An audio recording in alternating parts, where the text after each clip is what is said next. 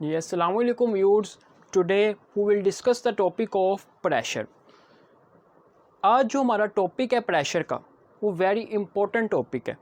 इसमें MCQs and short questions इसमें बहुत ज़्यादा बनते हैं, तो ये आज के लिहाज से जो हमारा टॉपिक है वेरी वेरी इंपॉर्टेंट है और इसमें कुछ कंसेप्चुअल चीज़ें हम साथ साथ डिस्कस करते रहेंगे। First of all we will discuss the definition of pressure. The force per unit area is called pressure. वो फोर्स जो किसी भी यूनिट एरिया पे लगाते हैं हम उसे हम प्रेशर का नाम देते हैं।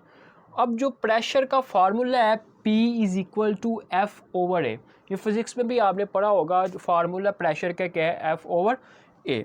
तो इधर में आपको इसका इधर ही अगर हम ऐसे यूनिट फाइंड करें तो हमें पता है जो फोर्स है उसका जो यूनिट होता है वो हमारे पास होता है न्यूटन। ठीक है, इसी तरीके से अब जो एरिया है इसका जो यूनिट होता है वो होता है मीटर स्क्वायर। तो इस लिहाज से जो प्रेशर का हमारे पास यूनिट बन गया न्यूटन पर मीटर स्क्वायर, तो इसको हम यूं भी लिख सकते हैं Newton metre per square. m2 है, ऊपर जाके ये -2 हो जाएगा, तो इसका हम यूनिट यूं भी फाइंड आउट कर सकते हैं प्रेशर का। अब कुछ इसके मुख्तलिफ यूनिट्स हैं, मुख्तलिफ कंडीशंस में मुख्तलिफ लोग यूज़ करते हैं इसको। अब कौन कौन से कैसे कैसे यूनिट्स यूज़ करते हैं तो हम सभी डिस्कस करते हैं। एंड द फर्स्ट जो हमारे पास प्रेशर का यूनिट हम डिस्कस करेंगे वो है atmosphere. The pressure of air that can support 760 millimetre और 76 सेंटीमीटर।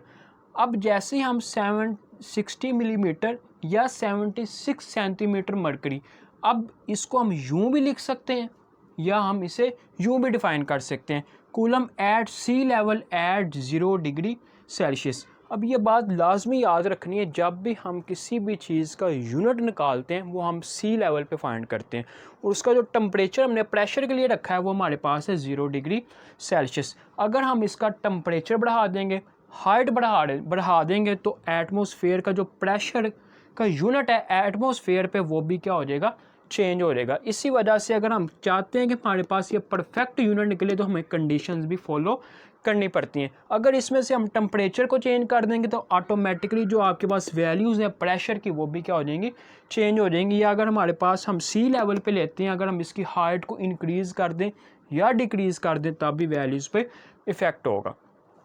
और अगर हम इसका और देखें, मतलब इसकी और अगर हम इसको डिफ़ाइन करना चाहें तो यूँ करेंगे, the force exerted by 760 millimeter or 76 centimeter mercury on an area of 1 cm square at sea level at 0 degree Celsius is called 1 atmosphere। मतलब कि जो फोर्स है कितनी लगे, 760 मिलीमीटर या 76 सेंटीमीटर मरकरी, एक फोर्स लगाई जाए 1 सेंटीमीटर स्क्वायर के एरिया के ऊपर। दोबारा रिपीट कर रहा हूँ कि फोर्स लगाई जाए, इतनी फोर्स हो और इतने एरिए पे लगाई जाए, तो हम एट सी लेवल पर, तो हम उसे कहेंगे जो हमारे पास प्रेशर है वो हमारे पास कितना होगा, 1 एटमॉस्फेयर। अगर हम इसकी वैल्यूज़ देखते हैं, कैलकुलेटेड वैल्यूज़ होती हैं, 1 एटमॉस्फेयर इज़ इक्वल टू होता है 760 मिलीमीटर मरकरी, या हम इसे ऐसे भी लिख सकते हैं 76 सेंटीमीटर मरकरी, जो हम ऊपर भी डिफाइन कर चुके हैं। एंड द जो हमारे पास सेकंड यूनिट है प्रेशर, जो ऐसा यूनिट हम लेते हैं, ऐसा ही मीन सिस्टम इंटरनेशनल जो यूनिट हम प्रेशर का यूज़ करते हैं वो है न्यूटन मीटर पर स्क्वायर, जो मैंने सबसे पहले भी आपको फाइंड करके बता दिया। अब इसके हम चलते हैं, the first scientist to study pressure was Blaise Pascal, so the unit of pressure is also named after him. जो सबसे पहले जिसने प्रेशर के यूनिट को डिस्क्राइब किया उसका जो नेम था वो था ब्लेसी पास्कल। तो उसके नेम से, जो उसका आफ्टर नेम है उसी के नेम से फिर उसका जो यूनिट है वो नाम रख दिया कि जैसे हम पास्कल के नाम से याद करते हैं।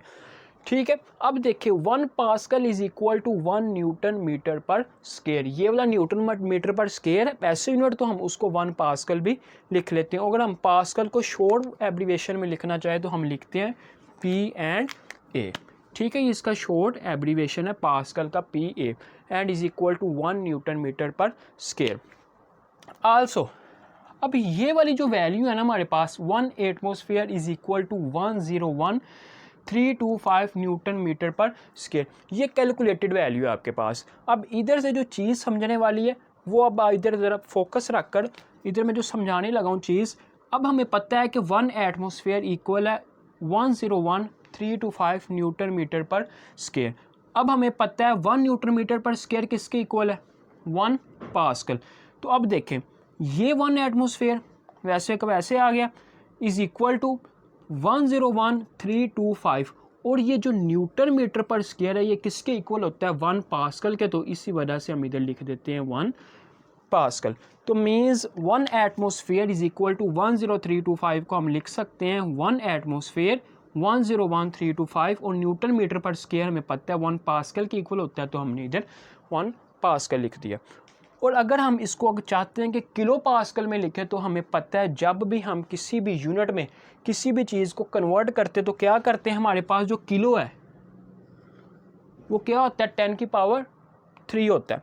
तो 101,325 को हम 1000 के साथ ही मल्टीप्लाई करेंगे एंड 1000 के साथ ही हम उसको क्या करेंगे, डिवाइड करेंगे। जब हम इसको 1000 के साथ डिवाइड करेंगे तो हमारे पास आंसर आ जाएगा किलो पास्कल। तो ये आंसर आ जाएगा 101.325 किलो पास्कल। मीन्स 10325 को जब आप किलो 1000 के साथ डिवाइड करोगे तो वो लिखे जाएगा किलो पास्कल। ठीक है, ये हमारे पास फिजिक्स के रूल्स हैं कि जब भी हम यूनिट किसी भी बड़े यूनिट में जाने के लिए जाते हैं तो हम उसे डिवाइड कर देते हैं। ठीक है, तो हमारे पास आ जाएगा 101.325 किलो पास्कल। एंड द जो थर्ड हमारे पास यूनिट है torr, used in scientist work. Laboratory में लैब्स वगैरह में जो भी साइंटिस्ट जो यूनिट यूज़ करते हैं प्रेशर का वो यूज़ है टॉर का यूज़ करते हैं। अब जो 1 टॉर है वो इक्वल होता है 1 मिलीमीटर मरकरी, ये भी कैलकुलेटेड है।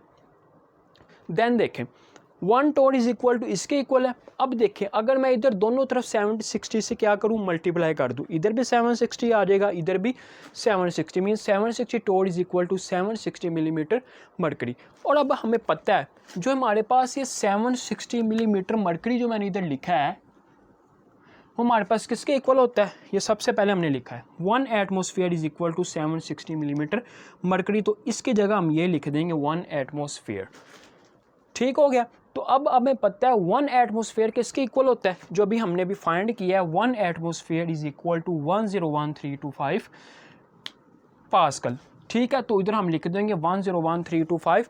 पास्कल नहीं लिखा, पास्कल की जगह हमने क्या लिख दिया, उसका यूनिट लिख दिया न्यूटन मीटर पर स्क्वायर। तो हमारे पास 760 टॉर आ जाएगा is equal to 101,325 newton metre per square. अगर हम चाहते हैं कि इधर से 1 टॉर निकालें तो 760 इधर मल्टीप्लाई हो रहा है उधर आके डिवाइड हो जाएगी, तो हमारे पास 1 टॉर की क्या आएगी, वैल्यूज़ आ जाएगी। एंड द फोर्थ यूनिट है हमारे पास पाउंड पर स्क्वायर इंच, जिससे हम शॉर्ट एब्रीविएशन PSI के साथ भी उसको डिनोट करते हैं, और यूज्ड इन इंजीनियरिंग वर्क। तो हम इसे इंजीनियरिंग वर्क के लिए इस यूनिट को हम हम उसको यूज़ करते हैं। तो हमारे पास जो ये भी कैलकुलेटेड होता है 1 atmosphere is equal to 14.7 pound per square inch, ये इसके इक्वल होता है। And the fifth unit millibar, used by metrologist use करते हैं ये। अब देखें हमारे पास 1 एटमॉस्फेयर पता है, सॉरी ये 1 एटमॉस्फेयर जो हमारे पास है 1013.25 मिली बार। इधर भी थोड़ा सा आपको कंसेप्ट समझाने के लिए इधर भी ज़रा फोकस रखना है आपने। 1013.25 मिली बार ये भी हमारे पास कैलकुलेटेड है। अब जो नेक्स्ट स्टेप है ना इसे ये वाला, अब इधर लिखा हमने 1 एटमॉस्फेयर इज इक्वल टू 1.01325, आगे पॉइंट था इस जगह पे, अब आ गया इस जगह पर, और इधर से जो मिली है वो ख़त्म होकर सिर्फ किस में चले गया, बार में। अब हमें पता है फिज़िक्स में है यूनिट है मिली, वो होता है 10 की पावर -3। अब मिली की जगह हम उसकी वैल्यूज़ ऐड करेंगे, मिली की जगह हम इसको इस वैल्यूज़ को मिली की जो वैल्यू उसके साथ मल्टीप्लाई करेंगे तो हमारे पास आंसर आ जाएगा 1.01325। मीन्स इस वाली वैल्यू को मिली की जो वैल्यू होती है 10 की पावर -3 होती है उसके साथ मल्टीप्लाई करेंगे तो हमारे पास आ जाएगा आंसर 1.01325। और जो ये मिली है इसके हमने वैल्यूज़ लिख दिया 10 की पावर -3, जब इसको मल्टीप्लाई किया तो हमारे पास मिली ख़त्म हो जाएगा, तो सिर्फ हमारे पास यूनिट जो रह जाएगा वो क्या रह जाएगा, बार रह जाएगा। तो हमारे पास आंसर जो है 1.01325 आ जाएगा। ठीक है, अब रिलेशनशिप हम देखते हैं सभी यूनिट्स का। तो रिलेशनशिप में वही चीज़ है, 1 एटमॉस्फेयर लिखा किसके इक्वल है 14.7 pound per square inch is equal to 101,325 newton metre per square की इक्वल भी होता है 1 एटमॉस्फेयर, एंड 101.325 किलो पास्कल की इक्वल भी होता है, जो हमने सारे के सारे फाइंड कर चुके हैं, एंड 1.01325 बार की इक्वल भी होता है 1 एटमॉस्फेयर, जो हमने लास्ट पे हमने फाइंड किया। तो ये जो हमारा टॉपिक है ये टोटल ये वेरी इंपॉर्टेंट टॉपिक है हमारा। ये हमारा आगे अगर हम रिसर्च एरियाज़ में भी जाते हैं, हमारी फील्ड हमारी रिसर्च एरियाज़ में, तो उसमें भी हम ये काफ़ी ज़्यादा यूज़ करते हैं यूनिट्स। तो इस वजह से ये आपका जो यूनिट्स का कंसेप्ट है वो अच्छे से क्लियर होना चाहिए। तो हमारा ये टॉपिक अल्हम्दुलिल्लाह कंप्लीट हो चुका है। मैंने कोशिश की है कि इसको अच्छे से डिफ़ाइन कर सकूँ। फिर भी अगर कोई क्वेश्चन हो या किसी चीज़ के ना समझ आए तो आप मुझसे कमेंट बॉक्स में पूछ सकते हैं।